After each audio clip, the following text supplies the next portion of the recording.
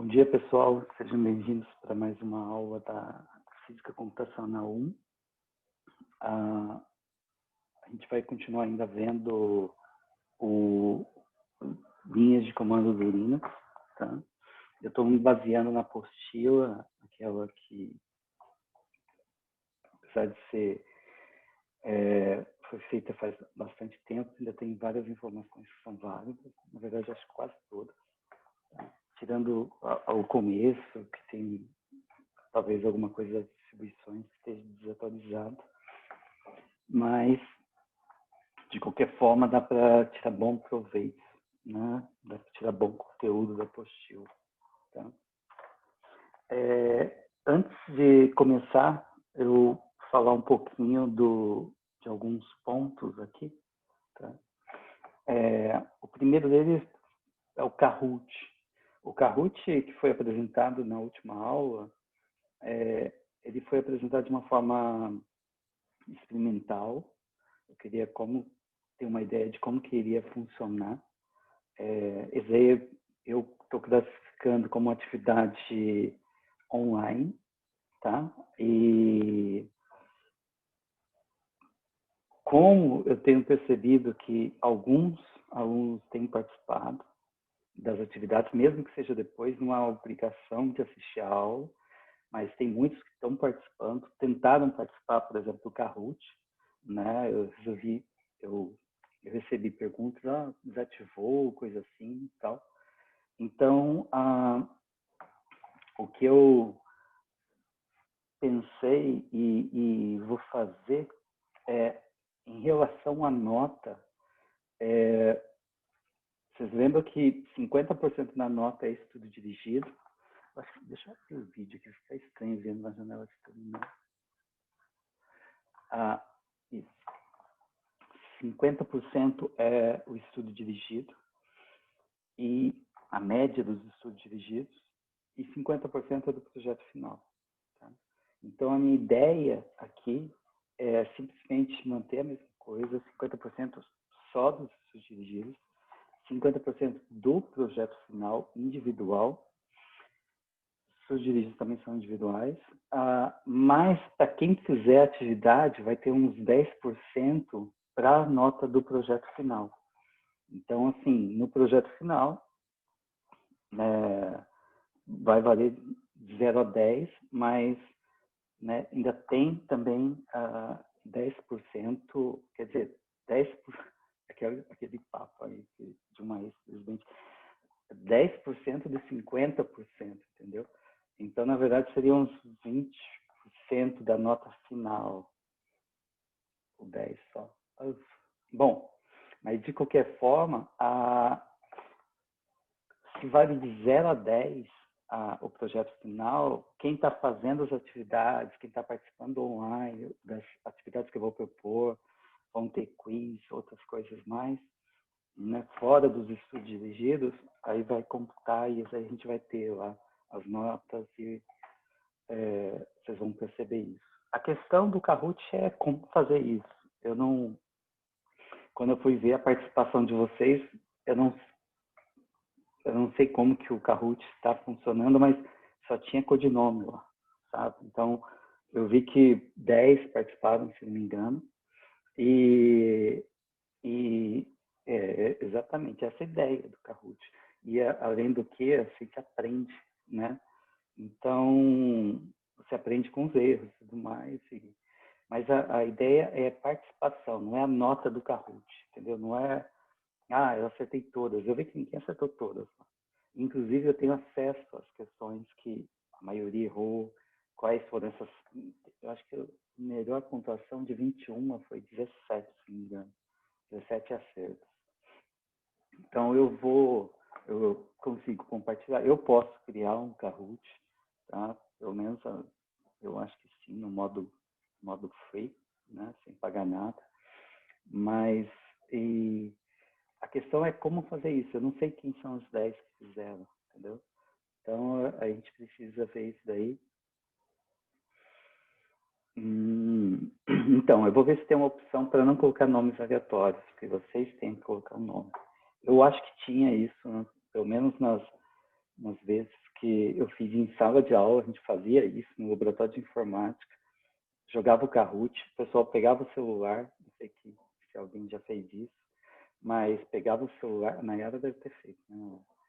Pegava o celular e respondia pelo celular. A pergunta vinha na tela, no data show, ali na projeção, e você tinha no celular A, B, C, D, alguma coisa assim, ou a cor. Então, ganhava bombom, né? Eu estou estudando uma possibilidade aí, mas eu tenho que ver a questão de custo, tá? Não necessariamente ganhar bombom, chocolate, né? Pelo iFood, mas aí eu estou estudando, não quero falar nada a respeito, porque depois eu me comprometo, e aí, né, aí começa, mas eu estou pensando em umas ideias, tá? Então, no Kahoot eu vou verificar isso, não se preocupe que o último Kahoot foi só para experimentar, talvez eu lance um Kahoot para vocês, ou talvez o mesmo Kahoot, eu lanço para vocês para a gente experimentar, ver se coloca nome, tentar acertar todos, né? O pessoal que não acertou todas, ninguém acertou todas, pelo menos quem fez. Então, e melhorando, tá? Então, eu devo lançar para vocês hoje, amanhã, eu lanço.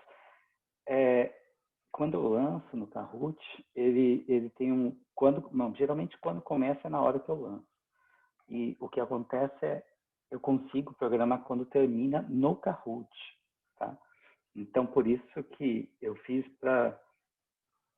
no Google Sala de Aula, ele mandou para vocês o aviso, e 10h30, e eu já tinha programado para terminar 11 horas. Então, essa ideia era para ser uma atividade meio que em sala. Mas eu acho que, de repente, seria interessante ampliar isso, ou pelo menos deixar para o dia da aula, entendeu? Deixar até a noite, e não tem porquê, né? Eu estou evitando algumas avaliações aí, mas não tem porquê ficar só no tempo restrito, tá bom? Bom, e óbvio, isso aí entra em atividade online e isso aí ajuda na nota do trabalho final, tá? Bom, basicamente é isso de informes. Alguma pergunta, se alguém tiver alguma coisa, estou acompanhando aqui o chat e também pode abrir áudio se quiser.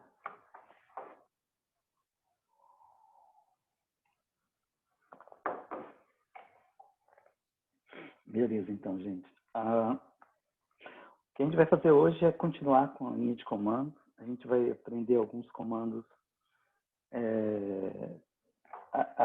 alguns comandos importantes para quem, eventualmente, em algum momento, tenha que trabalhar com o Linux e talvez até desenvolver os códigos em Linux, né? Então, comandos que podem ajudar nesse processo. Tá? Tem vários aqui, eu separei vários comandos. A primeira coisa, a gente tem aí, eu criei uma pasta, que é do código do terminal da... Então, Murilo, tem. A questão que eu mesmo fui tentar fazer isso agora, para copiar, né, o Ctrl+C, Ctrl+V entre máquina virtual e o nosso sistema operacional original. O meu não consegui fazer, mas tem alguma coisa, você deve estar vendo a tela, aqui, ó, tá? O meu está em inglês, não sei se de vocês também. A questão que ainda não funcionou comigo, eu não sei se eu tenho que reiniciar a máquina virtual, o que tem que fazer. Mas isso é interessante, dá uma verificada nessa parte aqui. O meu estava disable, então aí eu coloquei bidirecional, né, como está aí, e né, então algum momento vai funcionar, não sei se... É que eu estava com a máquina virtual pronta para hoje, aberta, assim. Uhum. Certo. Isso daí eu posso te passar depois. Talvez, não sei se era o problema no VTX. Então, eu acho que era esse daqui, não era? Deixa eu, opa, eu vou escrever aqui em cima. Era alguma coisa disso, né? Isso está tendo em várias situações. Então, aí o Breno falou que tem que ver isso também na BIOS, de repente, né? Mas, ó, pessoal, toma cuidado com essas coisas, tá? Quem não vai com calma lá, mexer na BIOS, mudar a opção, olhem bem, sem pressa, tá? Então, na hora de arrumar, vocês podem até prejudicar a BIOS lá.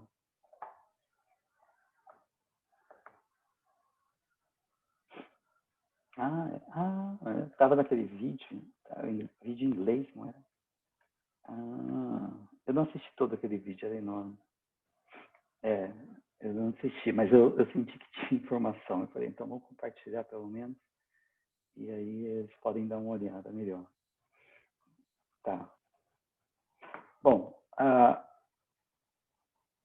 depois qualquer coisa a gente vê, tá, Gustavo? Depois a gente dá uma olhada. Isso daí é interessante, porque e isso aí eu estou tendo problemas também em algumas situações das ferramentas computacionais, né? Disciplina de ferramentas computacionais. Eles também, eu compartilhei uma máquina virtual com eles, tá? Então, deu 7 GB, é um Windows XP com as ferramentas. Então, o pessoal está tendo que usar a ferramenta. Eles vão usar mais durante o curso. Vocês, basicamente, vão usar só agora no começo e, óbvio, podem seguir usando se assim preferirem, tá? Bom, então, nós temos vários comandos aqui. Esse daqui, eu criei a pasta aula Linux. Essa pasta eu vou passar para vocês depois e eu vou aproveitar para como que eu vou passar para vocês. Eu vou mostrar um comando que é de criar pacotes e, né, compactar esse pacote em pastas no computador, tá? Nesse diretório eu criei um código. Aqui o objetivo não é necessariamente ficar criando, mas esse código depois a gente vai ver como o que quer dizer, quem nunca viu, óbvio. Eu considero nessa turma que ninguém não tem experiência nisso, né? Quem tiver, ótimo, né? Mas quem não tiver, fique tranquilo, que esse aqui vai ser o que a gente vai começar a ver, né, nas próximas semanas, tá? Então, esse é um código em Python e está aí escrito o código, certo? Ele é um código pequeno, então alguns comandos eu vou... Bom, ainda dá para usar alguns comandos. O comando more or less, tá? Tem more or less, são dois comandos. O more é quando você tem um comando grande, ou um arquivo grande, não é o caso do código. Eu vou pegar aqui e vou aproveitar aí. Esse aqui é um arquivo PASWD. Ele tem os usuários cadastrados no sistema, tá? Então, vocês perceberam que ele não mostra todo o comando, todo o arquivo, e aí ele mostra uma parte, e aí eu estou pressionando o Enter e ele vai mostrando o restante, tá? A desvantagem dele é que eu não consigo usar as setas do computador para navegação. O less eu já consigo isso, tá? Engraçado. Aí, eu estou usando seta agora, seta para cima, seta para baixo, eu navego num arquivo de texto grande. Então, essa é uma vantagem. E muitas vezes a gente tem essa situação. Tá? Então, ele serve para mostrar o conteúdo. Se eu usar só o cat, ele mostra tudo. Eu perdi o começo do arquivo. Então, né? Isso daí é a coisa ruim. Então, o more or less serve para navegar, né, digamos, visualmente num arquivo texto.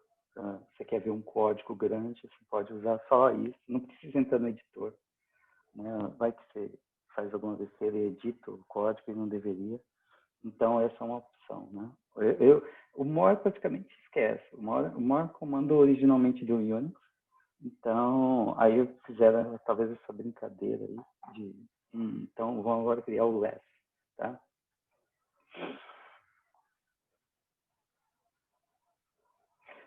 Cara, o Gustavo mandou mensagem aqui, depois eu vejo, Gustavo, só um pouquinho. Bom, Seguindo, então, outros dois comandos que é interessante, a gente usa bastante, é o read tail, tá? Um mostra a parte de cima do arquivo e outro mostra a parte de baixo. Por exemplo, nesse arquivo aqui, eu vou mostrar no REST. Vamos voltar para o código lá, tá? O código, esse aqui já. O código, ele tem 1, 2, 3, 4, 5, 6, 7 linhas. Né?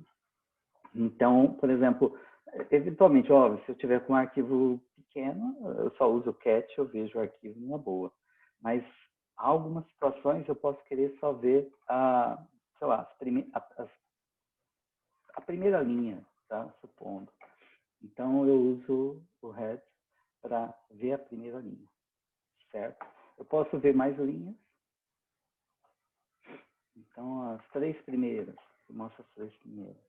Acredite, isso tem utilidade se você vai trabalhar com linha de comando, tá? Isso tem utilidade. O tail é o contrário, ele pega do final.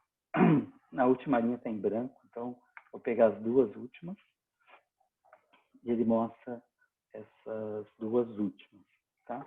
Posso pegar mais três linhas, por exemplo. Três linhas, por exemplo. Tá. Vamos aproveitar aqui e fazer uma brincadeira diferente, que é, e se eu quiser pegar só uma linha do meio, tá? Então, um comando não faz isso. Por exemplo, supondo que eu quero pegar a linha, essa linha aqui que tem o while. Acreditem, tem utilidade isso daqui. Se você for mexer em linha de comando, isso tem utilidade. Quero pegar essa linha, tá? Então, tem duas formas. Primeiro, eu vou usar o head. Quantas linhas? 1, 2, 3, 4 linhas, né? Então, 4 linhas. Ele mostra o comando, mas mostra as 4 primeiras linhas. Então, nesse caso, não mostrou só essa linha. Mas e se eu pegar esse resultado que apareceu aí, tá? E jogar para outro comando? Por exemplo, se eu tivesse só esse resultado aqui, qual comando eu faria para aparecer a última linha? O tail, né? O tail, nesse caso, com esse resultado, é o que mostraria a última linha. Então, eu teria que usar algo desse tipo aqui, ó. Tail menos 1. Nessa linha aí. Eu estou tentando apontar aqui. Nessa linha aqui. Nesse resultado aqui. Tá? Mas, então, como eu faço? Então, a primeira, na verdade, o segundo, né? A gente vai conhecer o pipe. Pipe, essa linha vertical, tá? Não é diagonal, nada, é vertical. O que ele faz? Ele vai jogar o resultado desse comando que está aqui para o próximo. Então, eu posso jogar um traço menos 1, tá? Então, ele pegou o pipe, ele faz isso. Ele pega esse resultado aqui, joga para o próximo. O próximo, o que é? O tail menos 1. Então, desse resultado, se eu peço tail menos 1, é óbvio que vai aparecer só isso aqui. E isso aqui que sai o resultado. Tá? Esse comando pipe, nossa, ele te dá uma gama de opções se você pegar resultado de um comando para o outro e tudo mais. Tá? Bem interessante mesmo. Certo?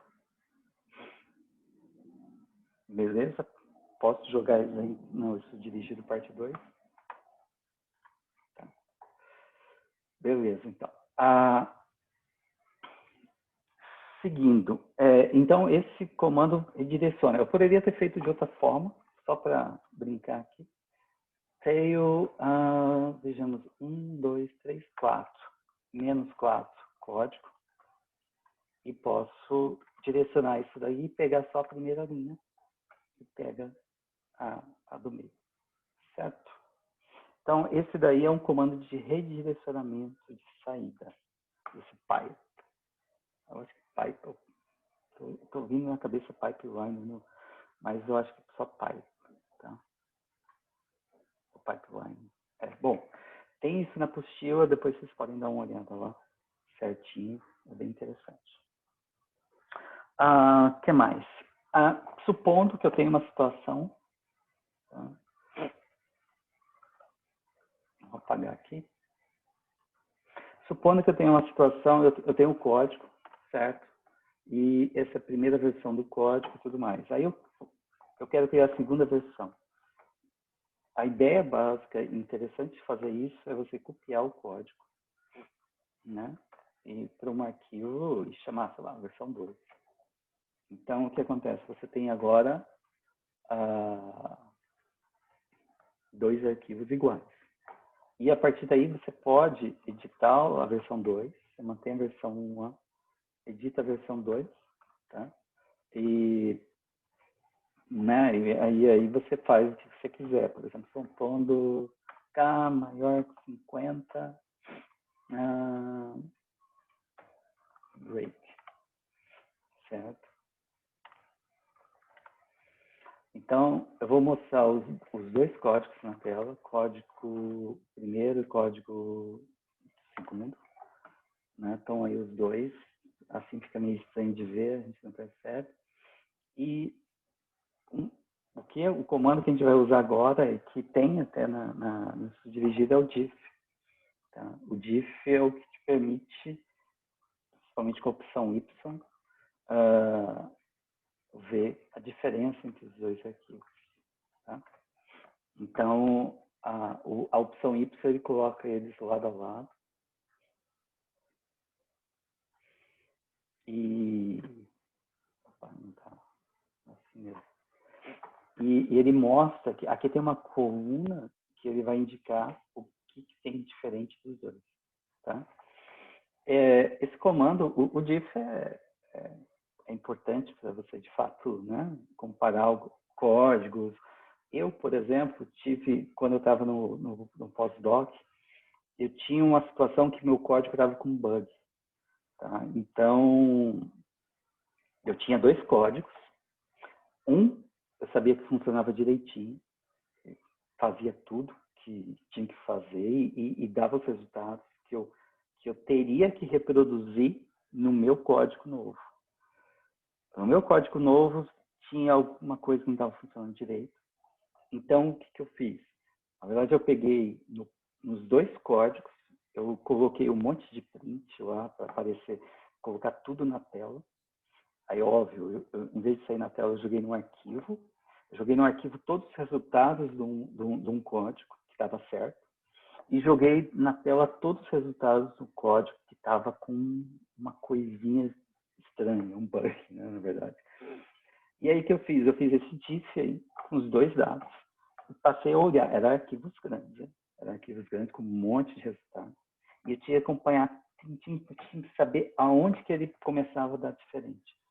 E aí, quando dava diferente, porque eu mandava imprimir variáveis, né, que a gente vai ver mais para frente, e aí onde dava diferente, eu tinha que olhar no código, olhar e perceber o que besteira devia ter feito ali, tá?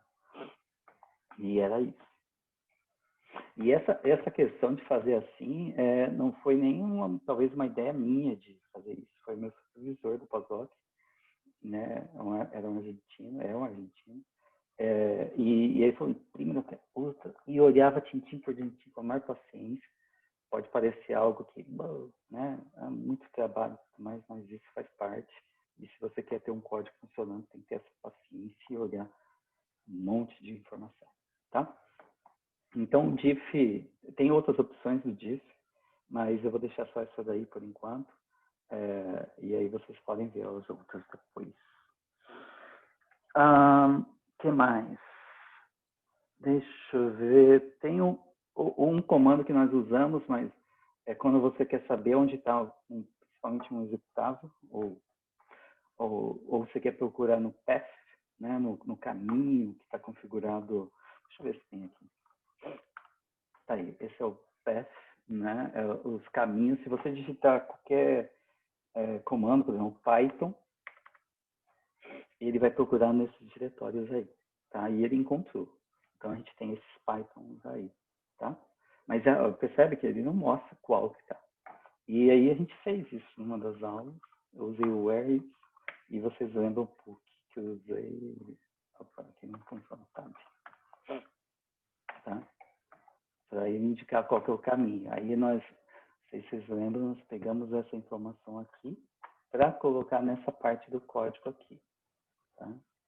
Então, ao invés de ficar digitando Python para rodar o código, eu só rodo o código dessa forma, por exemplo, assim, código, tá? Eu rodo dessa forma e aí ele já fica simples a linha, tá? Bom, e a versão 2, vamos ver se a versão 2 funcionou. Funcionou. Foi até 50. Bom, depois a gente vai estudar código. Então, o where é o comando que te mostra, vou colocar ele de novo, para onde estão alguns executáveis. Se você não encontrar executável, uma forma seria um recurso bom para achar arquivo é o locate, tá? Então, sei lá, vou colocar Python 3.8, só para vocês verem. Só que ele mostra tudo quanto é lugar que tem Python 3.8. Tá? Então, aí ó, tem Python 3.8. Tem um monte aqui. Nossa. Tá? Não é só arquivo, é diretórios. Tá? Então, mas ele é útil para achar arquivos também. O outro para achar arquivos, eu vou falar bem pouco, é o find. O find é um comando extremamente poderoso, sabe? Mas não, assim, eu nunca tive muita facilidade de usar o find. Mas o find é uma coisa que eu uso quando a gente tem, por exemplo, meu disco, hora ou outra aqui no notebook, ele lota, tá? Ele fica 100%. Então eu uso o find, na verdade eu uso um comando dessa forma e coloco algo assim, peço para ele procurar arquivos maiores que, quanto que eu escolhi aí? 100 mil kbytes. Tá? Então, ou, achou muito, eu coloco mais 1 milhão de kbytes. Então, ele vai procurar em arquivos grandes. Aí, nesses arquivos grandes, eu decido se eu vou apagar ou não, para liberar espaço. Eu já encontrei coisas que não estava usando e era muito grande e rapidamente eu limpei espaço no meu HD. Tá?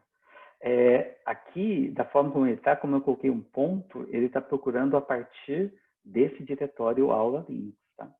Então, se eu quiser procurar desde raiz, ó, eu tenho que colocar o caminho certinho. Basicamente, tem vários acessos negados. Aqui eu estou como usuário o Mint, né? Então, mas aqui não é o caso, né?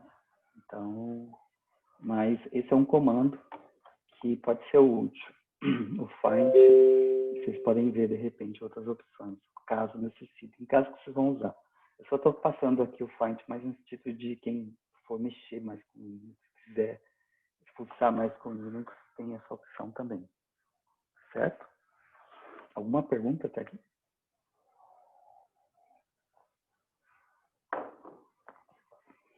Só 10 horas. Bom, redirecionamento de saída, tem uma outra opção, deixa eu ver aqui. Por exemplo, eu tenho 2 códigos aí, tá? Não é uma situação usual, mas de repente eu posso pegar e coloco o código 1, vou mandar para o professor. Professor, esse código 1, código 2, tá? Não, vou fazer. Não, vou fazer assim. Eu tenho o código cat. Vamos fazer uma situação aqui. Eu vou copiar o código 1, o arquivo resultados. Manda para o professor, tá? Aí eu redirecionei o resultado, certo? Vamos ver resultados. Tem o código 1, tá? O cat fez isso. Agora, eu quero adicionar o código 2 nesse resultado. Então, a forma de fazer coloca o código 2. Só que para adicionar, você faz maior, tá? Se você fizer só 1, ele apaga o que está lá. Então, se fizer maior, ele vai... Opa, resultados. ele vai adicionar no resultado. Vamos ver como ficou o resultado. Olha lá, os dois códigos estão juntos. Tá? Então, vai que tem uma situação, aí você entra no editor de texto, sei lá, né? É só um exemplo, tá, gente? Isso aqui eu não sei. Vou colocar aqui, tá, bonitinho, aqui, tá, aqui. Versão, a nossa versão boa.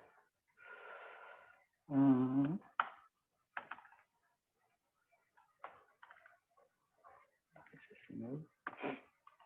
Versão com bug. Mentira, mas faz conta. Então, assim, você tem os dois códigos, aí você pode... então, onde que está o bug? Né? Claro, não tem bug, mas quando que tivesse, certo? Então, essa é uma forma de compartilhar informações também, tá? Óbvio que numa situação, vocês mandando só o código com bug, isso já não há necessidade de mandar o bom ou o ruim. Né? Então, mas, tá. Às vezes só mandando o código com bug eu já consigo ver onde está o bug ou não. Bom, tem bugs escondidos, vocês vão ver mais pra frente. Quem sabe, não sei se vocês sabem o termo bug, ou o termo de uma falha no código. Tá? Falando em bug, eu tinha mencionado na aula passada que tinha um vídeo do TikTok, que era a questão do GitHub.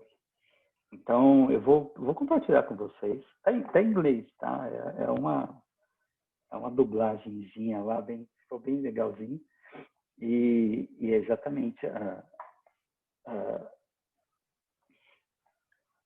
o programador fala, a programadora fala que vai colocar o código no disco e o código fica ofendido porque você está com vergonha de mim, alguma coisa assim. E tá um pouquinho. Então, assim, não está querendo colocar no GitHub, não está querendo colocar público, sabe, de compartilhar na internet. Aí o código fica chateado, magoado e dá uma falha, sabe? Então, é algo nesse sentido. Eu vou passar para vocês, achei bem criativo isso daí. Ah, você achou? Nossa, eu estava tentando achar esse vídeo aí, é de uma garotinha, né? É bem divertido. O TikTok tem umas criatividades, tem umas coisas chatas, mas tem umas criatividades bem legais. Bom, seguindo então, um outro comando que é bem usado é o grep, tá? Grep. O grep, ele serve para você procurar linhas no código com um certo padrão, com uma certa informação. Então, vejamos aqui. Tem alguma linha no código com while? Então, vamos pegar o código 2. Olha lá, tem. Ele mostra aquela linha. E olha, destacou. Aqui está colorido, né? Então ele destaca onde está a palavra que eu estou procurando. Tá? Então ele serve para isso. Quais as linhas que tem a letra K? Essas linhas, entendeu? Mas aí pega tudo, né? Às vezes a gente tem que usar algum truquezinho, sei lá, vamos ver se o que muda aqui. Olha lá, tudo que tiver o K no começo, ó, ele tirou o break. Quer dizer, não é o K no começo, tem o K no começo e aqui tem um A na frente. Eu coloquei aqui um espaço. Tá? Então ele faz isso daí, ele acha essas informações para vocês. Certo?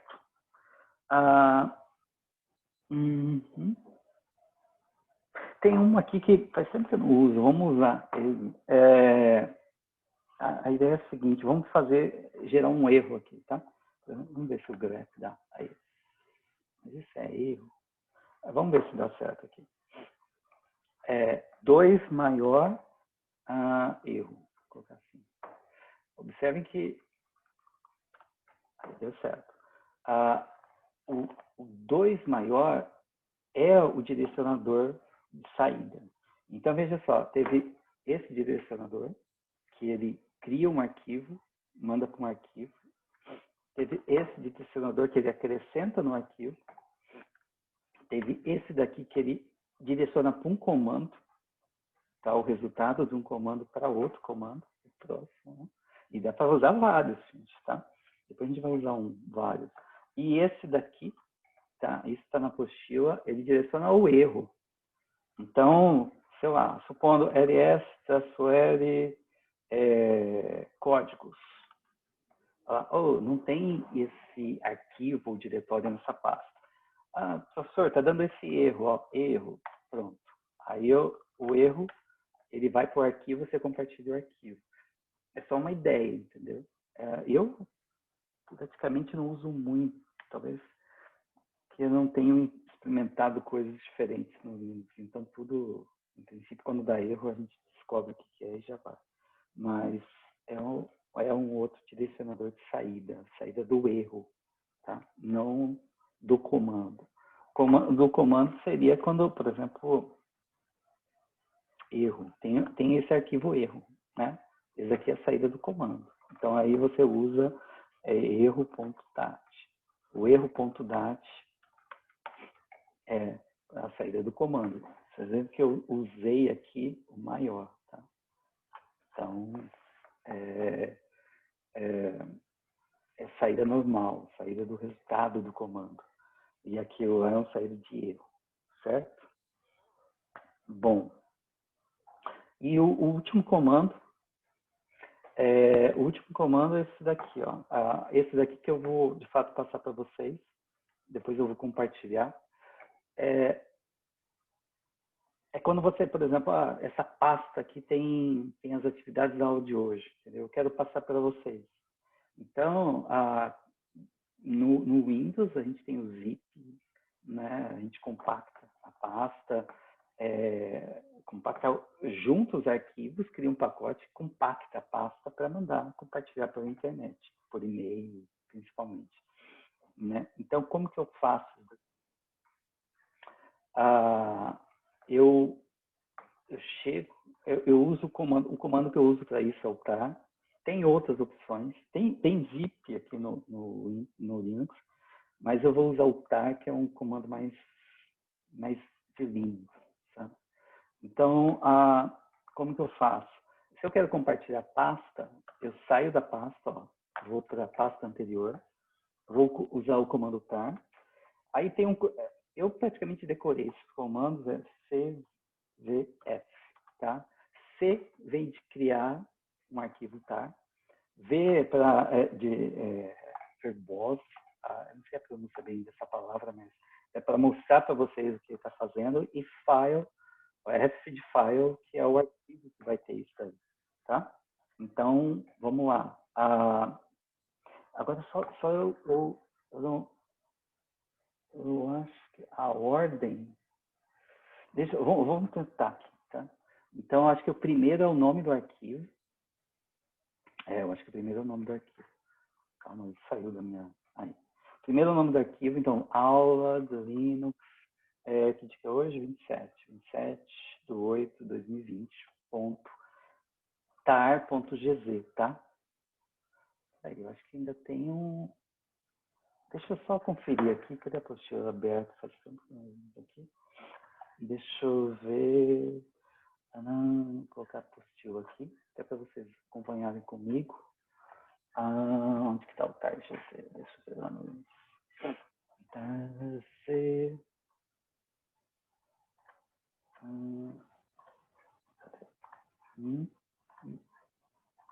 Isso, temos pacotadores aqui. Tá, aqui tá. CF, tá. Só tem isso aqui, puxa aí. O que é isso? Tá. Acho que aqui eu não coloquei. Aqui na apostila eu não coloquei uma opção que é já de compactar, tá? Mas vamos compactar. Deixa eu voltar na outra. Meu Deus. Aqui. Então, acho que tem um V aqui, se não me engano. Vamos testar. Aí, esse daqui vai ser o arquivo que vai ter isso. E isso daqui é importante, tá? Colocar um ponto barra e a pasta. Então, vamos ver se vai dar certo. Parece que sim. Tá? Qual que é a ideia? Então, ele colocou nesse arquivo aqui o conteúdo dessa pasta. E o que eu falei para vocês, o que é importante, é que ele colocou quando ele fizer a descompactação, ele vai criar essa pasta aula Linux, tá? Eu acho isso extremamente importante, porque eu já vi muitas situações, ele não cria uma pasta para jogar os arquivos que você está descompactando. Quando não faz isso, nossa, se você não toma cuidado, eu já joguei um monte de arquivo descompactado numa pasta que já tinha outras coisas, aí veio uma bagunça. Então, isso é bom para você até se organizar. Ele cria uma pasta separada. No pior das hipóteses, fica 2 pastas. Você criou uma pasta para... Quer ver? Eu vou fazer aqui agora. Então, aí eu cheguei em casa, aí eu vou descompactar isso aqui. Tá? Então, eu vou colocar um temp. Eu vou acessar o temp. Tá? E eu vou copiar o arquivo copiar para cá, tá? E aí está aqui. Descompactar só muda uma letra. Era assim, CVZF, né? Eu só mudo agora, uso X. Ele é do extract, né? Não é a primeira letra, mas é a segunda. E ele vai compactar. Observe que aqui, ó, como eu usei aquele truquezinho, ele criou a pasta aula e colocou o conteúdo tá aqui, tá? Então, isso aí é uma forma de se fazer. Eu vou voltar o comando aqui. É claro que você tem que estar na pasta certa para criar isso aqui. E o que eu fiz foi estar na pasta, no diretório anterior à aula Linux. Né? Então, eu vou mostrar aqui. Vou colocar na pasta certa. Era aqui. Tá? Então, eu estava aqui, ó. A pasta aula Linux está aqui. E aí eu rodei o comando, não esse, aqui. Tá? E ele criou essa aula Linux. Tá? E esse aqui eu compartilho com vocês, vocês tentam descompactar dessa forma que eu fiz aqui. Tá? Escolhi uma pasta, ele vai criar outra pasta, óbvio, dentro. Tá? Agora eu estou pensando uma coisa aqui, vocês têm que, como vocês vão colocar esse arquivo aí dentro? Hein? Então, dê uma olhada, tentem fazer isso. Provavelmente vocês vão ter uma opção aqui. Shared folder. Vocês vão ter alguma coisa aqui que vocês devem ter que fazer, tá? Adicionar um folder, que é um folder da máquina de vocês. Vai ter um folder na máquina virtual referenciado a um folder específico da máquina de vocês, né? Uma pasta de vocês, tá? Depois vocês tentem fazer isso daí, certo? Então, basicamente, dos comandos que eu queria falar hoje eram esses. E quem tiver alguma pergunta, alguma dúvida, fique à vontade, tá? E podem perguntar. Eu vou parar a gravação para não ficar longa. E cadê onde que para? Não, aqui é compartilhamento. Só um pouquinho, gente. Vou achar aqui. Mas podem ficar à vontade para perguntar.